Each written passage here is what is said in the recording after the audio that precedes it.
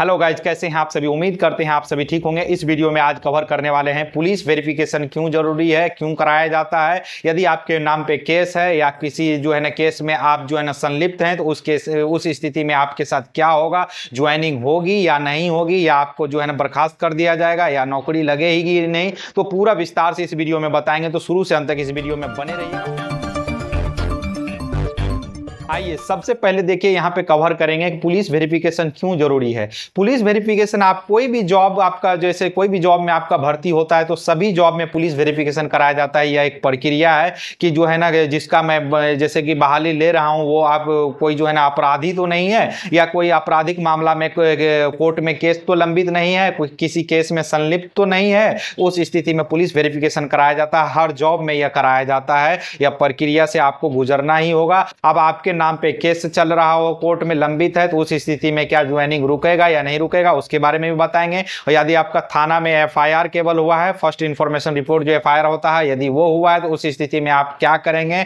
और देखिए सबसे पहले ये police report, police verification report वो कहां से होता है, कैसे होता है, कैसे रेलवे भेजता है। तो सबसे पहले जब आपका ज्वाइनिंग होता है डिवीजन में, जब आप ज्वाइन करते हैं, ज्वाइनिंग लेटर लेके, सारा पेपर लेके जब आप वहां जब ज्वाइन करते हैं, वहां सारा पेपर चेक कर लिया जाता है। आपको फाइनल भेज दिया जाता है ट्रेनिंग के लिए। नेक्स्ट डे या जो भी स्लॉट बनेगा उस डेट में आपको बोल देगा ट्रेनिंग में इस डेट में आप सभी को जाना है, तो स्लॉट वाइज बना के 40 गो 30 गो 35 गो ऐसे बना के ट्रेनिंग में भेज दिया जाता है। ट्रेनिंग में जब आप जाते हैं 3-4 महीने की जब आपको ट्रेनिंग होती है, तो ट्रेनिंग पे विशेष करके वीडियो लेकर आएंगे। उसके लिए घबराइए बिल्कुल नहीं। आपके मन में कोई भी डाउट हो कमेंट बॉक्स में निष्पक्ष रूप से पूछ दीजिएगा। आपका भाई समय निकाल के, रेलवे में पता है कि 3.5 साल अभी मैं सेवा दे चुका हूं, अभी मैं सीनियर सहायक लोको पायलट पे कार्यरत हूं।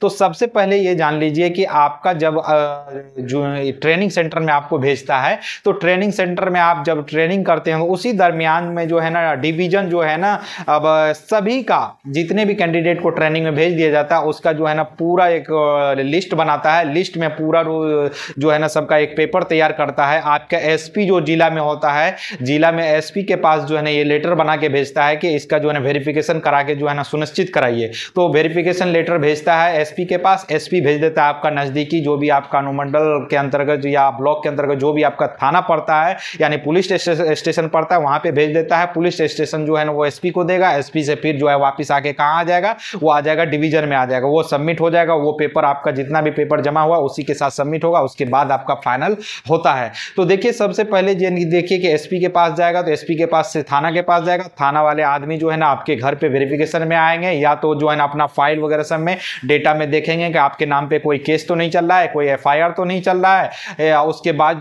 कोर्ट से भी जानकारी वो लोग ले लेते हैं। कोर्ट में यदि आपके थाने से ही तो कुछ इन्फॉर्मेशन गया होगा या बाय कोर्ट में केस उस हुआ होगा, तो उसके बारे में आपसे एक अटेस्टेशन फॉर्म भरवाया जाता है। उसमें लिखवाया जाता है कि आप अपराधी हैं या आपको कभी किसी एग्जाम में बाधित किया गया है, निष्कासित किया गया है। तो सारा कुछ के लिए टिक आउट वगैरह सब करवा लेता है, अंडरटेकिंग फॉर्म वगैरह सब भरवा लिया जाता है। उस केस में यदि आप फॉल्स पाए जाते हैं, गलत पाए जाते हैं, तो नौकरी से आपको टर्मिनेशन किया जा सकता है कभी भी। आप समझ लीजिए कि पुलिस वेरिफिकेशन में आपके नाम पे एफआईआर केवल हुआ है, तो एफआईआर के स्थिति में सीधा समझिए कि वो एक नॉर्मल केस है। एफआईआर फर्स्ट इंफॉर्मेशन रिपोर्ट हुआ है, उस पर केस उस नहीं बना है, दर्ज नहीं हुआ है, आगे कोई कार्रवाई नहीं हुआ है। उस स्थिति में आपका थाना अध्यक्ष जो भी वहां पे होंगे वो आपका नॉर्मल वहां पे बना के जो भी होगा वो बना के भेज देंगे, तो उस स्थिति में आपको कोई दिक्कत नहीं होगा। लेकिन आपके नाम पे कोई केस चल रहा है, आपराधिक मामला में आप संलिप्त हैं, उस स्थिति में वो लोग रिपोर्ट यदि बना के भेज देता है, तो आपको वहां पे ज्वाइनिंग आपका रोक दिया जाएगा। जब तक ये क्लियर नहीं होगा तब तक आपका ज्वाइनिंग कराया नहीं जाएगा। तो ये आपका ये सब प्रोसेस होने में लगभग 1 से 1.5 महीने का समय लगता है। जब ये कंप्लीट होके जाएगा तभी आप फाइनल आपके ज्वाइन जाके कर पाएंगे। 3-3 महीना कभी कभी लग जाता है।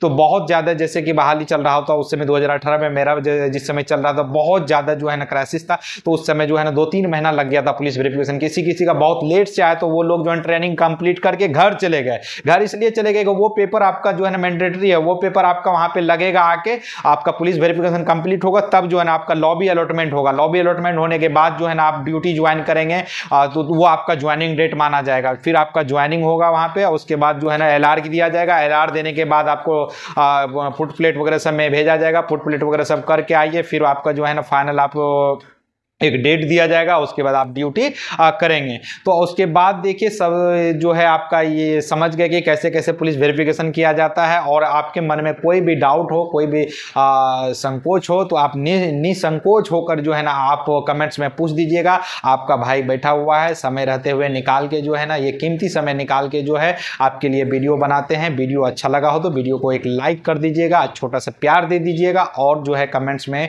कहाँ से हैं और कौन से आरआरबी में फॉर्म फिलअप किए हैं, आपका मेडिकल हो चुका है या डीवी हो चुका है, तो वो आप जो है ना मेंशन कर दीजिएगा कमेंट बॉक्स में। इस वीडियो में इतना ही रहने दें, तब तक हमें दीजिए इजाजत। जय हिंद, जय भारत।